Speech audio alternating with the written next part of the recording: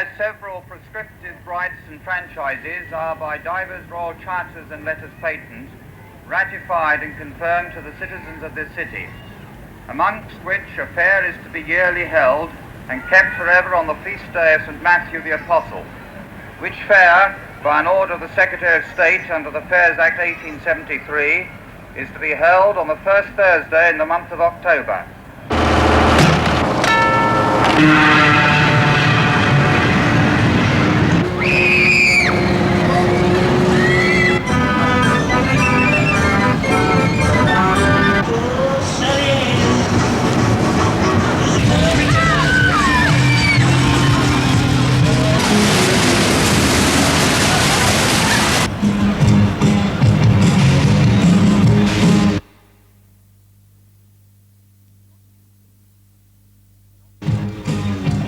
Nottingham's 686 Goose Fair swings into action and activity after the proclamation read by the city's town clerk and chief executive officer.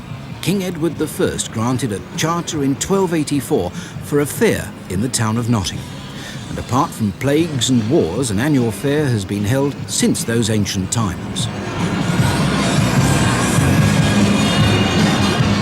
5,000 people worked practically non-stop for 5 days to build over 600 rides and stalls and games at one of the oldest and largest fairgrounds in the country. However wild and woolly the rides may seem, they're all built on solid and carefully prepared foundations. An army of workers will take the customers' money for 3 days and dispense all the fun of the fair in a playground of dodgems, waltzers, helter-skelters and big wheels. All this on an 18-acre site that's been the home of the annual Goose Fair since it moved from the old Market Square in 1928.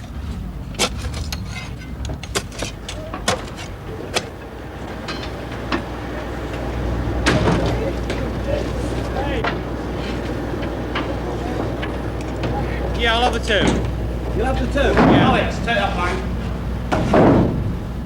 The Goose Fair may be built in 5 days, but the plans and preparations are blueprinted months before, as Arthur Hooker, clerk of the markets, explains. It starts quite early in the year, actually. We start in April by ordering stationery, inviting the showmen to apply for sites through their trade newspaper, and then the whole thing gathers momentum.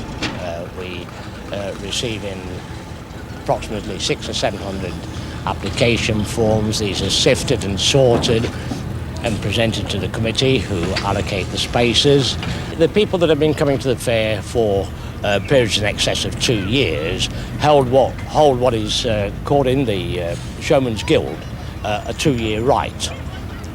And in general, the City Council respect that right, and so that you do have the same man coming onto the same site, although he might bring a different machine.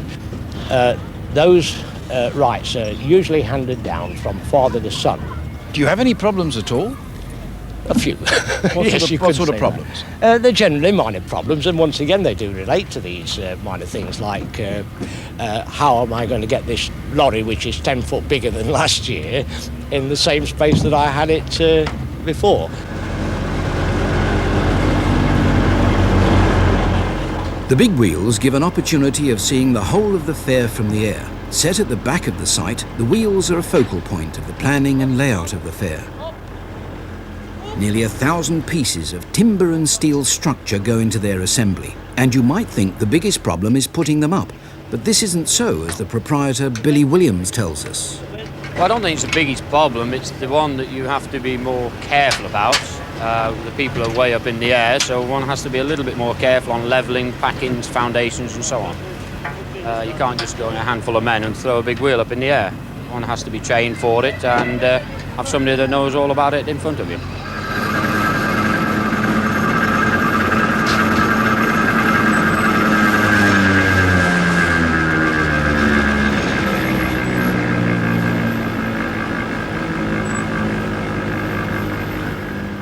Every individual card is tested, and it's tested every morning before we open. The machine itself is tested 3 times a year, government tested, which we have to do for our own sake, you know. You must make a lot of money on the big wheel, because it's one of the most expensive rides on the fair. Well, it's one of the most expensive rides on the fair because we have to handle each customer individual. We have to put them into the car and we have to take them out. Where the normal ride, you stop, everybody jumps out and everybody jumps in. This is why the council allow us about 5 pence more to charge than the other rides, basically because we are slow riding. And if we can get a ticket a little bit bigger than the others, we haven't got to rush the people and we can give them a better ride and we're not knocking people about, are we? This is Black Rod, the Novelty man. The king of the balloons! Testing, testing, 1, 2, 3, 1, 2, 3. You getting that, John? Okay. Oh, you will. Yes, I feel all right.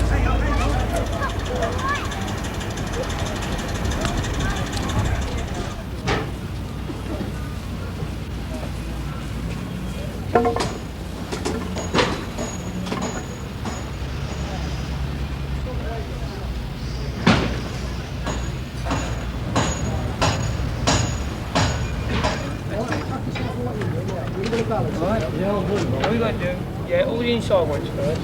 Go down like that. 4 huge trailers bring the galloping horses to the Goose Fair. These colourful characters were made in 1885 and they've been travelling the country since that time. It's an antique which works for its living, but it takes a full 2 days just to assemble this jigsaw of a ride.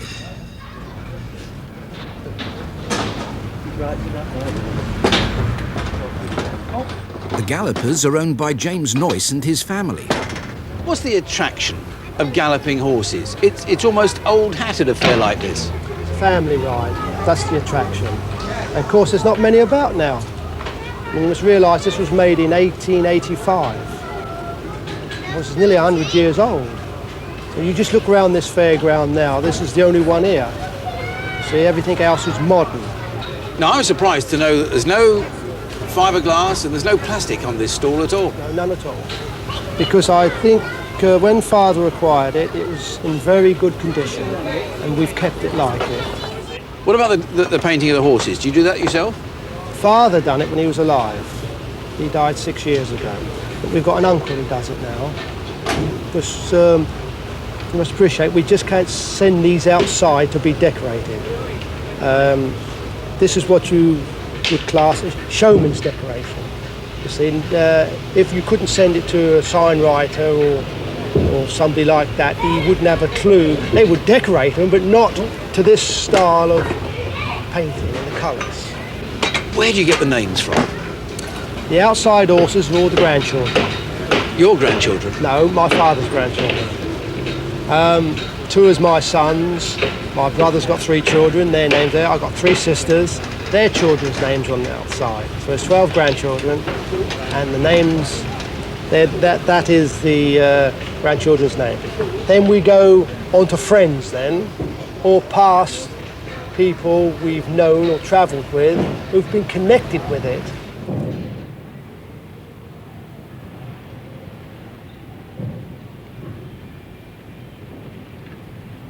Up to 1927, Nottingham's Goose Fair was held in the city centre in and around the Old Market Square.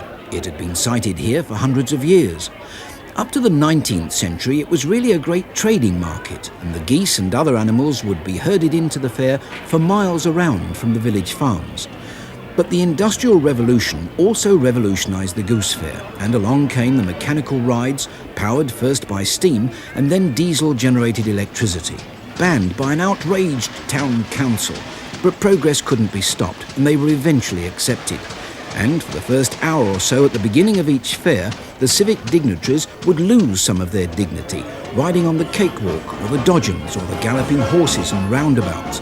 And if the mayor and corporation could let their municipal hair down, the more ordinary citizens were happy to follow suit.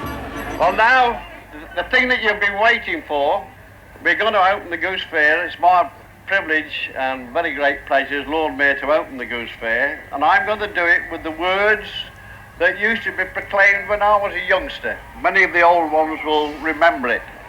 And the short words are these: I am the Lord Mayor who opens the fair for 3 days only.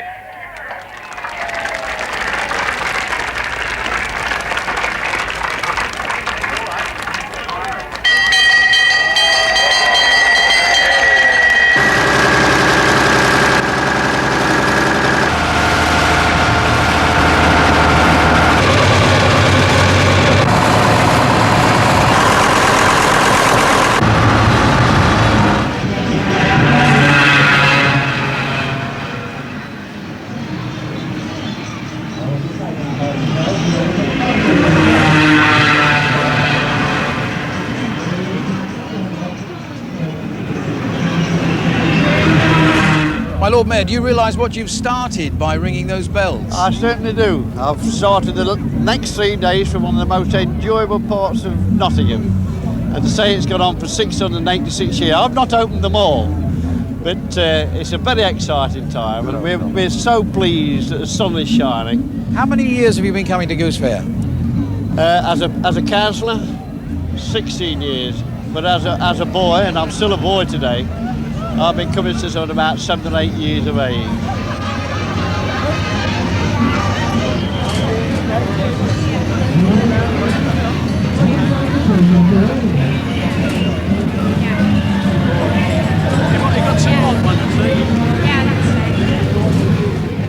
The Showman's Guild worked closely with the City Council in the planning of the fair. Long gone are the days when the casual roundabout proprietor would walk onto the Goose Fair site and set up his stall. Now such things as test certificates and comprehensive insurances have to be thought about. This stomach-churning ski jump is owned by a former vice-chairman of the local section of the Showman's Guild, James Mellors. This ski jump here was a new ride actually this Easter, and it was made by a local firm at Ilkeston. They sort of have these ideas, I don't know where they dreamed them up from, and think of this sort of a ride, and they say, I'm going to build a ride as such. Probably make a model of it and show you the sort of thing, and from there you say, well, I think I'll have a go at one. You know, sometimes it's a bit of a chancy thing, because some rides, sometimes they probably look very good, and then it's probably sometimes too frightening for the public. And you know, if you haven't got a repeating ride, as one says, you like the public to come back and have another ride and have another ride. So sometimes buying a new ride can be a bit precarious.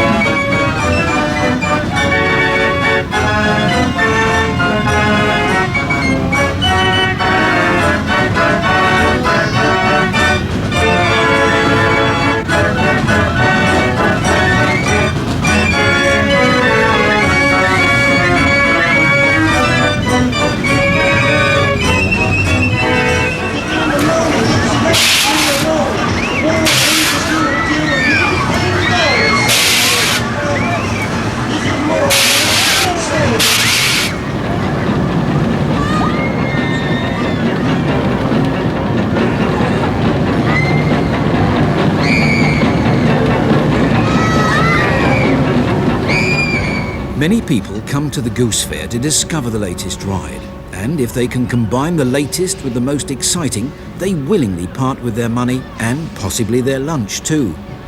Viewed from any angle, this ride, the Enterprise, seems head and shoulders above the rest. It was brought here by a man whose showman ancestors span 3 generations, Pat Collins. The ride was actually built in Germany. We've scouted around the world for an Enterprise ride, and we finally found this one in Chicago, in the States. And this was a month before Whitsun. It's fantastic. It's the best. I thought you'd say that. What's fantastic about it? You name it, it does it. It's absolutely revolutionary. You do a complete loop-the-loop in the car. You start flat, you end up completely top over tail. Fabulous. I go on it every day. You do? No.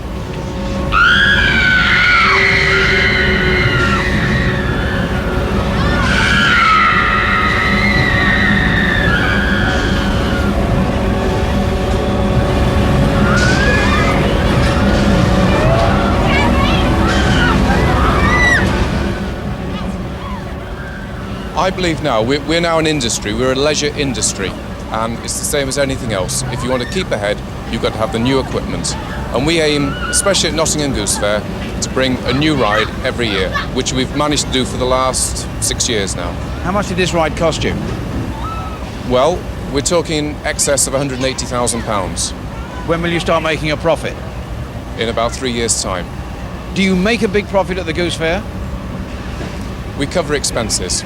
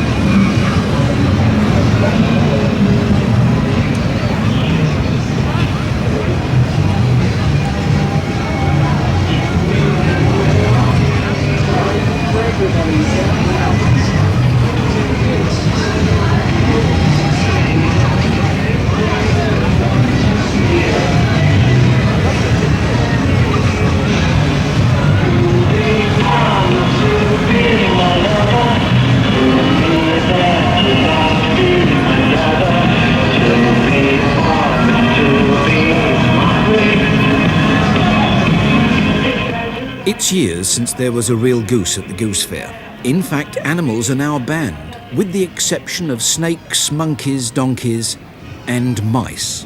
Hundreds of them, owned by Jimmy Weekly. His Mousetown sideshow is always a big attraction. I think it must be the mice, and mice are getting rather scarce nowadays. Very rarely you see a mouse running about anywhere, and I think that is the biggest attraction. And then again, there must be literally thousands of people who have never seen a mouse before. Where do you get your mice from? Well, we have a special breeder down in London who breed the mice for me.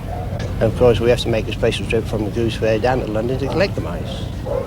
Used to cost a lot of money. No, they used to cost approximately 2 old pence each. Today, they're in the region of 50, 60 pence each. That sounds very expensive. Well, it is. It's just like anything else. Everything's getting expensive today. Well, it doesn't cost much to keep them, does it? You would be surprised. During the period of Goose Fair, I can get through 14, 16 pounds of crushed oats. You've been here for 36 years. How has Mousetown changed in that time? Well, it really hasn't changed from the first day we came. It's just got a little bit more elaborate. Of course, you have to try and keep up with the times. You have these fancy light things and one thing and another. You have to try and keep up with the times. And another thing I believe it's so popular is the price. I don't charge an exorbitant price. I try to keep it down as low as possible. I don't want to make a fortune. I'd never be a millionaire. As long as we can live and to get the things we need in life, I'm very happy. And the police are happy too. Generally, the whole of the Goose Fair is a happy scene. Although thousands of people move into Nottingham for the fair, there's very little crime. For the police, it's really just a presence and a very softly approach. Fish and chips are comparatively new fare at the Goose Fair, but there are now half a dozen stalls like this. And this one gets through 2 tons of pre-cut chips, 7,800 bread rolls and 2,500 fish. The stall is only 20 feet long, but a staff of 15 serve out the chip butties alongside the doner kebabs and whelks, cockles and mussels.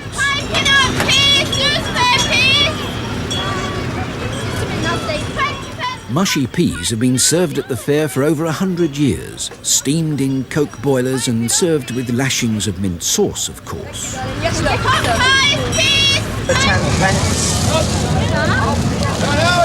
They're all in working order. There's no magnets, there's no batteries needed whatsoever. Billy the Bean goes anywhere, only 10 pence. And about the boxing still to go on. Either side of the building will admit you for a guaranteed show. The show that is the talk of every town we visit. Where else in the whole of Great Britain can you see boxing and wrestling for 40 pence? Sometimes they have it very, very easy. There's times they have it very, very hard. We train them the hard way, the tough way, by challenging all comers. This is one of only 2 remaining travelling boxing booths. It's owned by a Forest of Dean man who does the spiel, takes the money, makes the matches, sometimes even referees the bouts, and persuades likely lads to stand up to 3 rounds of fast and furious boxing. He's Ronnie Taylor. Strange to say, a lot of people think that the boys are living a bit easy now to what they used to be, and we can't get the challenges, but we do. We get more challenges than we want. But my hardest job is to get the boys to stand on the show. In the old days, the managers themselves used to love to send the boys to the show. But nowadays, unless the manager's getting a cut out of it, or they're afraid of the boys getting cut eyes and one thing and another, they won't send them along to the show. Is this why there are so few boxing booths left at fairs? Yes, and the reason why that there's not so many boxers as well. That's why there's not so many champions.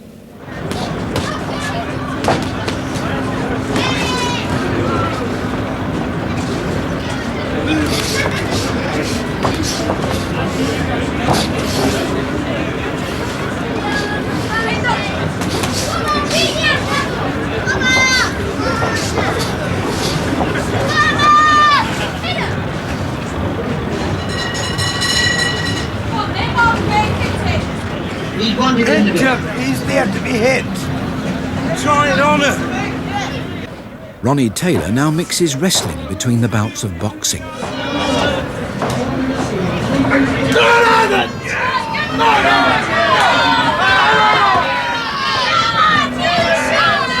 Well, I find that putting wrestling on, I get the teenagers in and I get the women in. To the women, wrestling is a striptease. If you could hear the comments of the women and the girls. What sort of comments? Well, look at the torso on him. Oh, look at the muscles on him. You know, if you could listen to them, if ever I could get a camera and the sound effects in amongst the girls, oh, you'd be surprised. Oh, yeah! You dirty dog! Shut up, Kojak!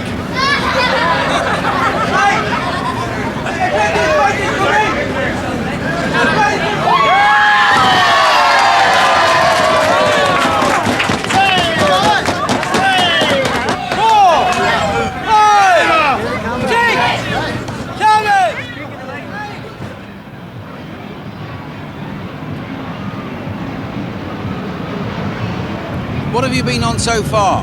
I went on the Enterprise and the Waltzes and the Swoosh. I'd seen the lady with the snakes and the monkeys. What was the Enterprise like? When you get in it, you're fairly shaky and scared, but then when you come out of it and then it starts going, you're going upside down, you don't know it's happened that quick. You're just out of it. You must have felt a bit funny though, going round as fast as that. Yeah, when you get out of it, your legs feel a bit shaky and your hands do. How much have you spent at the fair so far? £9. We've been on your Mexican app, Cyclone, been on some stalls, been on cakewalk. What was best out of all that? Mexican app. Was it? Yeah. Why? Because his mum over there. His mum over there, she got squashed. Well, that isn't very nice, is it? We were laughing though. He was nearly sick. He was nearly falling off. Was he? Yeah.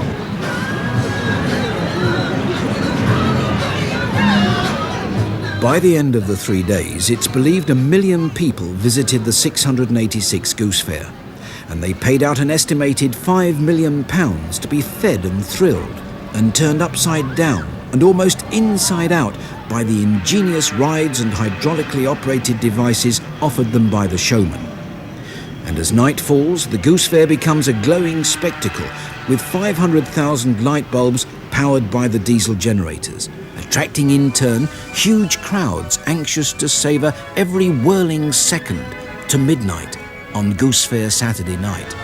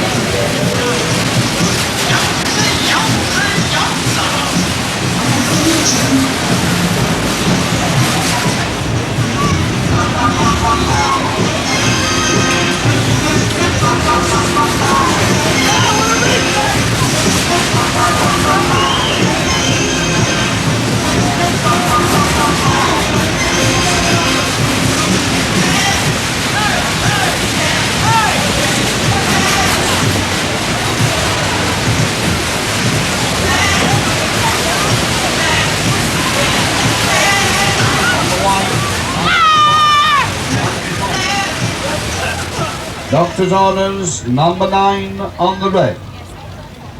Blue line 4 and 6, 46. Green line 6 and 8, 68. On the red 1 and 7, 17. Yellow line 2 and 4, 24. On the blue 5 and 3, 53. On the blue 5 and 4, 54. Red on its own, number 4. Somebody called on number 4. Eyes down for the check. Number 4.